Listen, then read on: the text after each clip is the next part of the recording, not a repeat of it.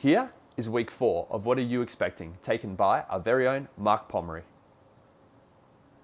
Well, hey there to our Elevate Online family. Great to have you with us again. And as Tom already gave you a shout out at the top of our online experience, if you are joining us for the first time, you're very welcome. We have been expecting you, and we know that God has got something for you today and as we continue the journey together. This is actually the 4th week of a series that we've called What Are You Expecting? And really it's about resetting or recalibrating our expectations around things that God has said about himself. God has declared who he is. And as we get to be reminded or get to know who God is, we can then be confident and place our expectations about what God does, because what God does comes out of who God is. I want to talk about memory. Have you ever walked into a room, a room in your house, and you walked in, you opened the door, you walked in, and then you just stand there because you've forgotten what it is you walked in there for? Or have you done a similar thing with your pantry or your fridge? You've gone there, you've opened it up, and you're looking and you think to yourself, I don't remember what I came to get. Or this is probably one of the bigger ones, passwords. How many of you remember your passwords? And yes, I know some of you remember your password because you use the same password for everything. Did somebody say cyber security? Anyway, that's up to you. I'm not going to judge. But here's the thing. God declared something about himself, and he declared it at a time in history where his chosen people was the nation of Israel. And they would have learnt these things about God over generations.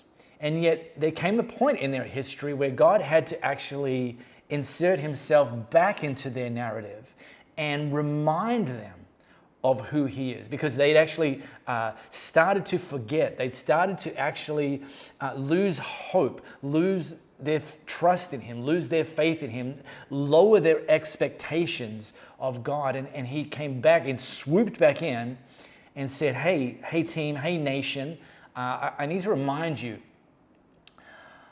of the key things of who I am so that you can recalibrate and ratchet back up your expectations.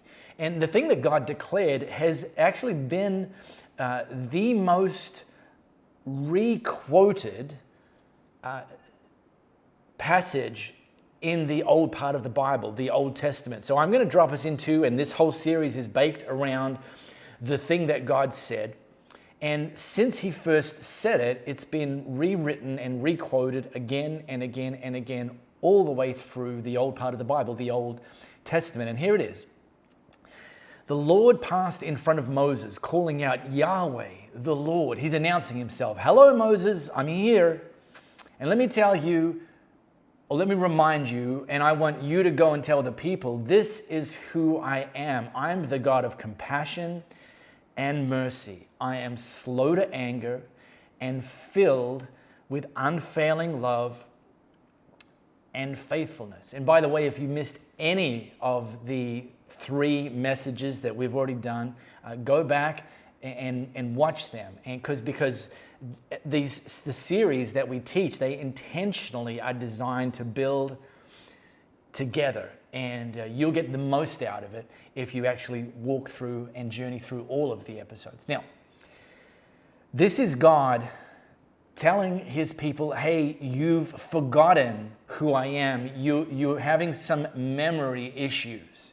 And I'm telling you this so that you can remember who the one true God is.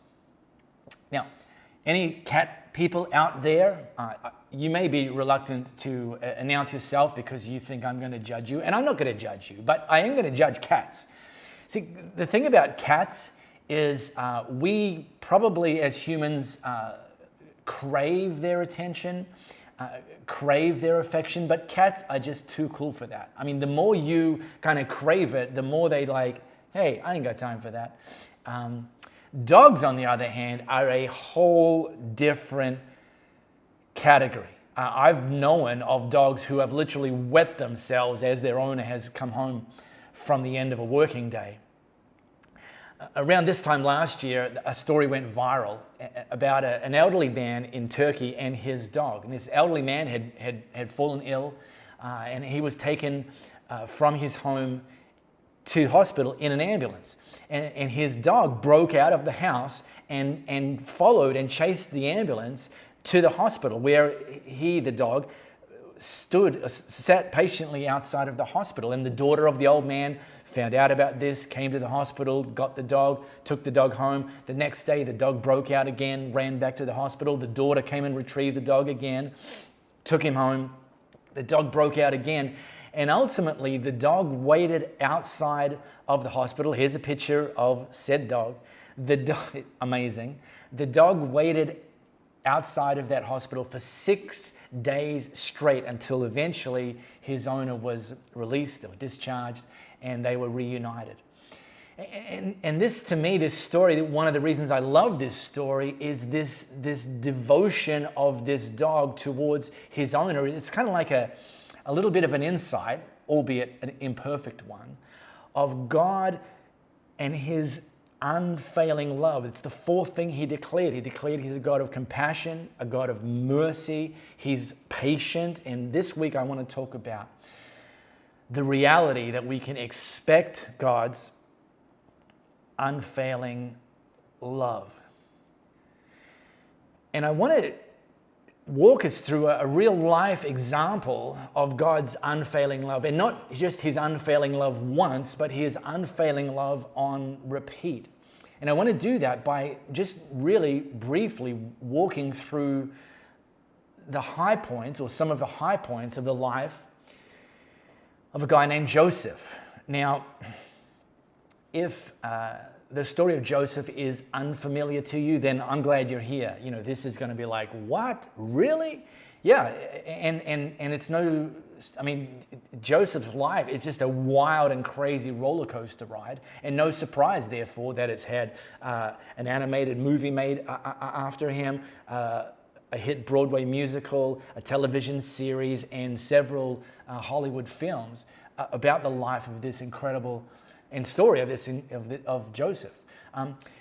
But I just want to say this: if this story is familiar to you, then open up your hearts, because one of the things, and Steve kind of alluded to it last week, albeit in a different context, that familiarity can actually limit our expectations. And if you think you know the story, then maybe you won't get something fresh out of it. And yet I'm always confident that God, because his word is alive, that he wants to give and bring you something fresh today. So open hearts, and let's buckle up and go on this ride together. Now, here's the beginning, the origin story. Joseph was the son of Jacob, and Joseph had 11 brothers, so pretty big family. One of the issues, however, was Joseph was his dad, Jacob's, favorite.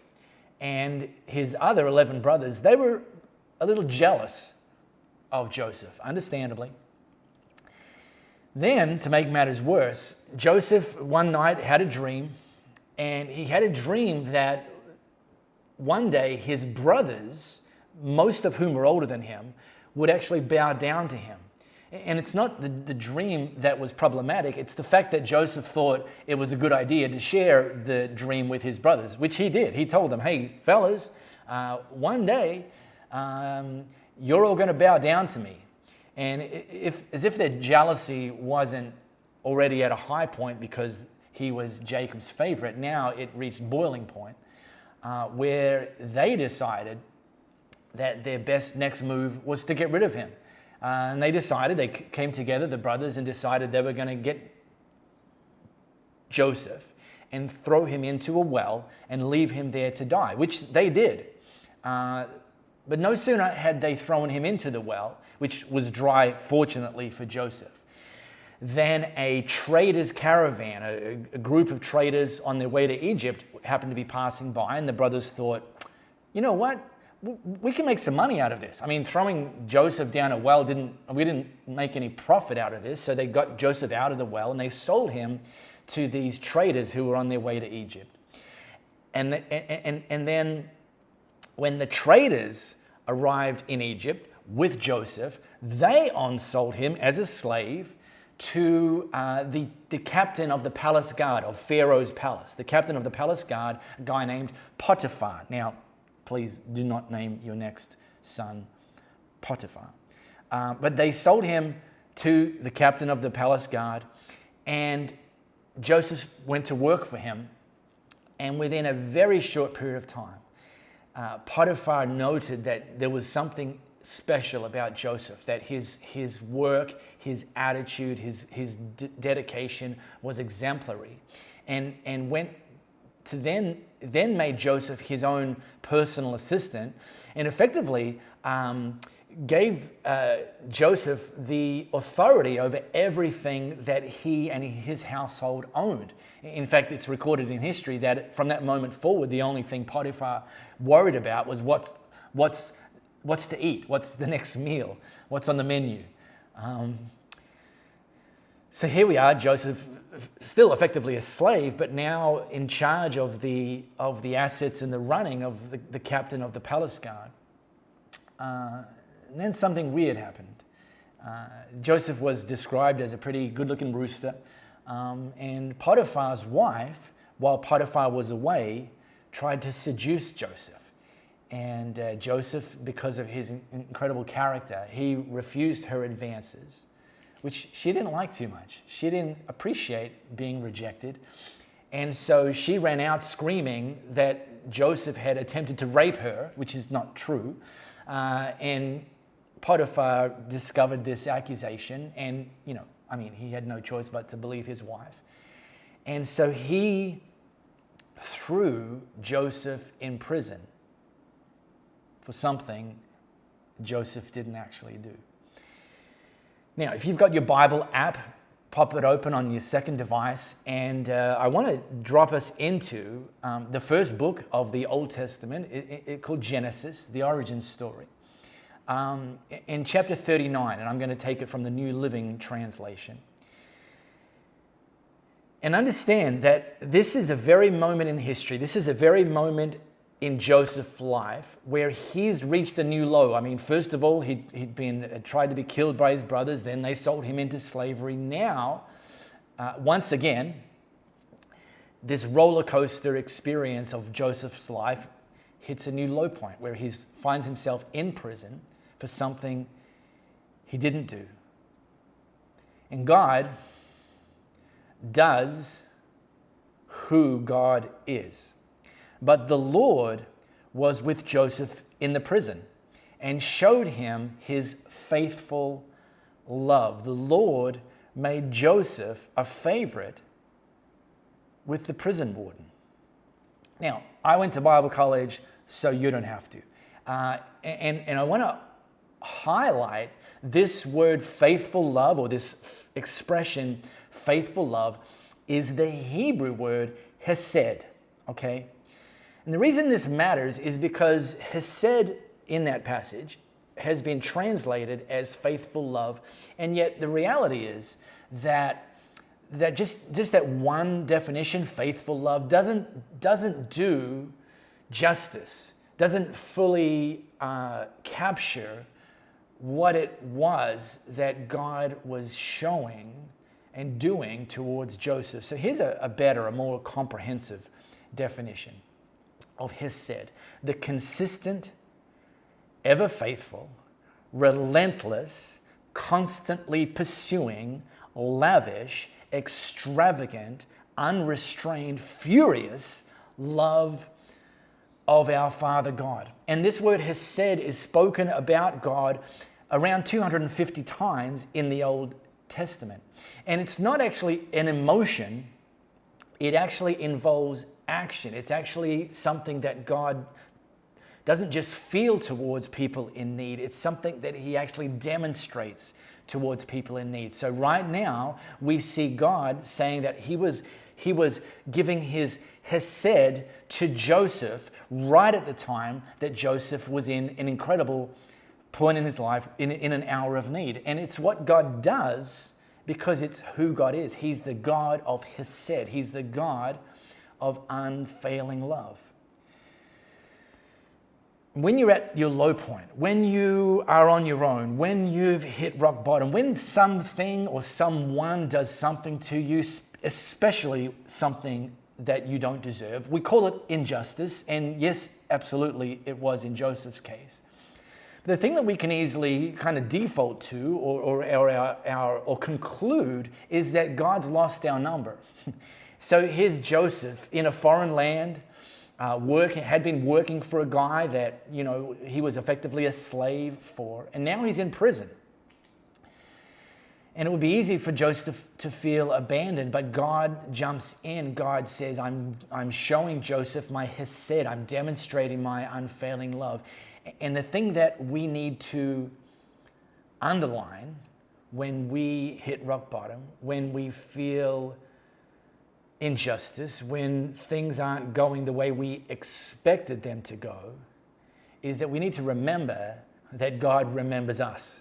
He doesn't lose our number. He will come rushing, relentlessly, furiously pursuing us with his hesed, with his unfailing love.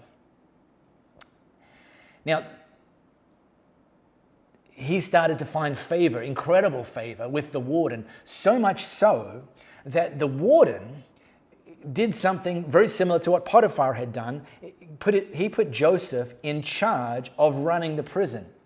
Now, we have an expression here in Australia, don't let the inmates run the asylum, and yet the warden thought it was a good idea to put one of the prisoners, Joseph, in charge of running the prison while he was still a prisoner. It doesn't make any sense apart from the favor of God.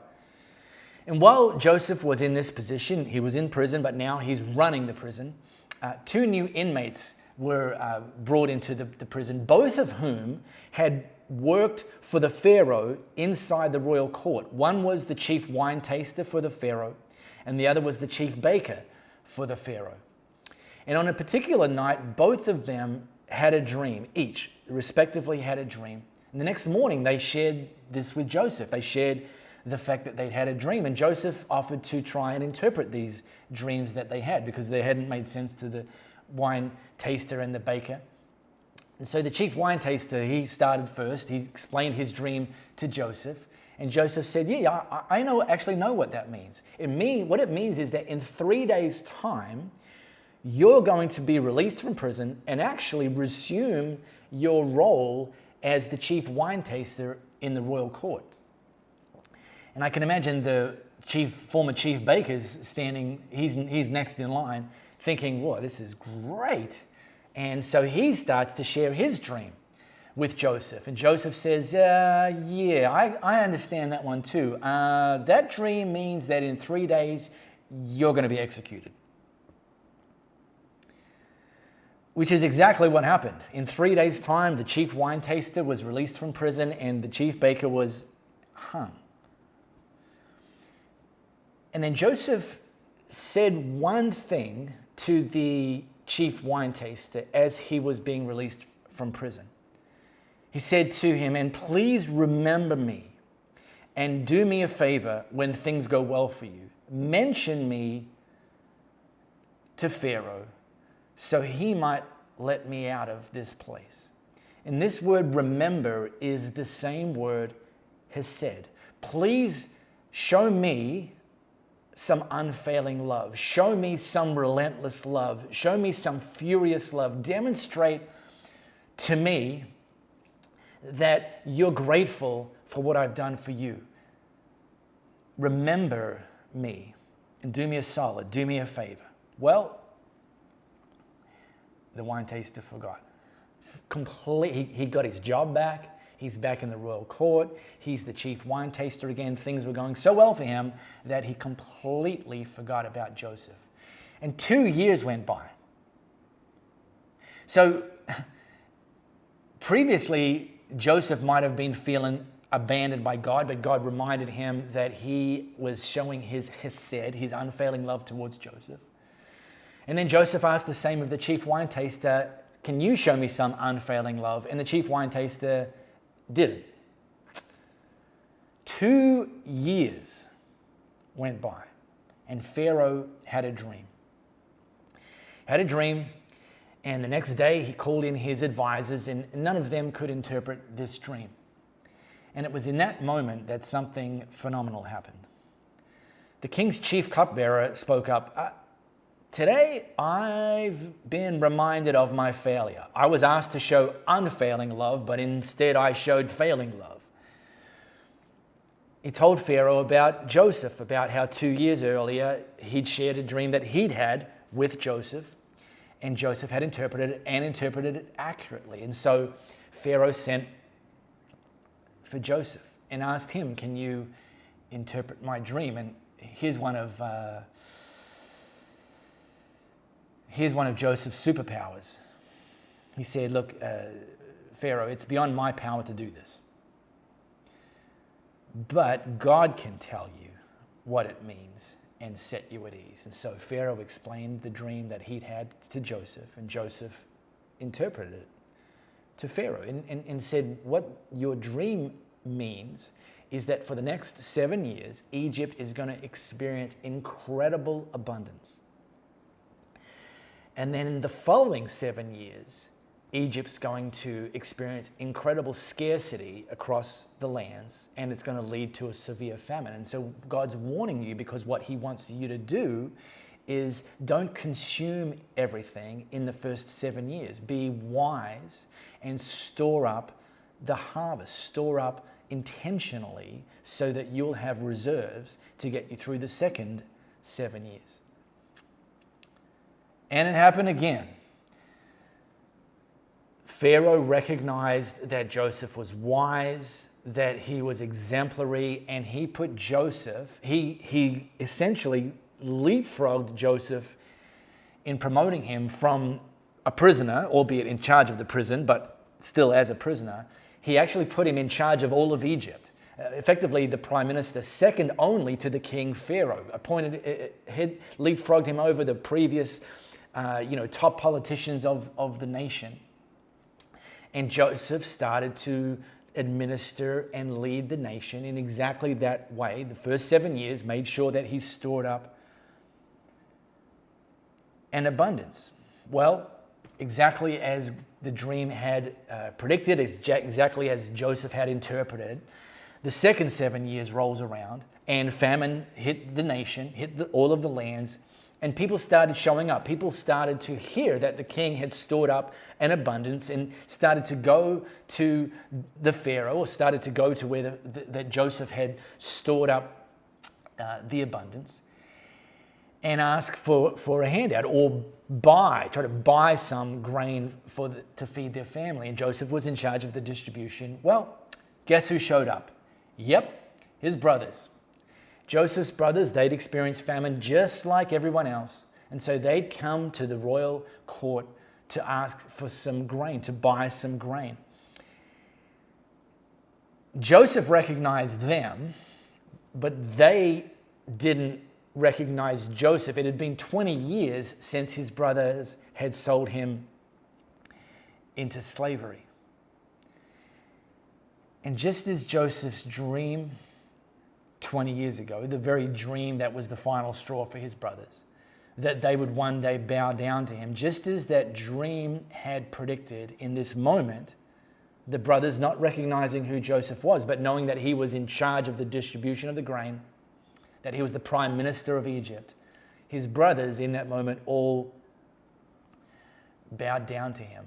And they would go on to bow down to him several more times throughout their life. And look, I don't have time to go into the rest of the story. I'm going to kind of fast forward to something closer to the end of their story. But I would strongly encourage you to sit there with your Bible or your Bible app and read it for yourself. It's incredible. It's like, what? Yeah. But I want to fast forward to a point in time where the father, Jacob, eventually passed away. And the brothers, they thought the reason that they were still alive, that the reason that Joseph hadn't come chasing after them to exact his revenge on them, was because he didn't want to upset their father. And now they're freaking out because their father, Jacob, had passed away, and effectively they concluded that their safety net had been removed, their kind of protective covering had been removed, that Joseph now, if any time, he was going to come for them.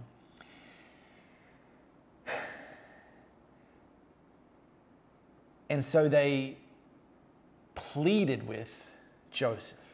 They now knew who he was, and they pleaded with him, please don't kill us.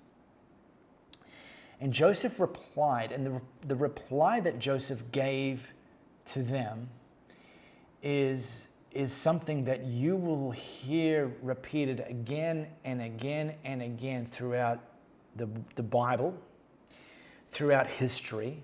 You'll hear it come up in songs. You'll hear it come up with people preaching. You'll hear it come up with people telling the story of God's unfailing love in their own lives. And this is what Joseph said to his brothers who were pleading for them not to be killed. He said, don't be afraid of me. Am I God that I can punish you? And here's the line.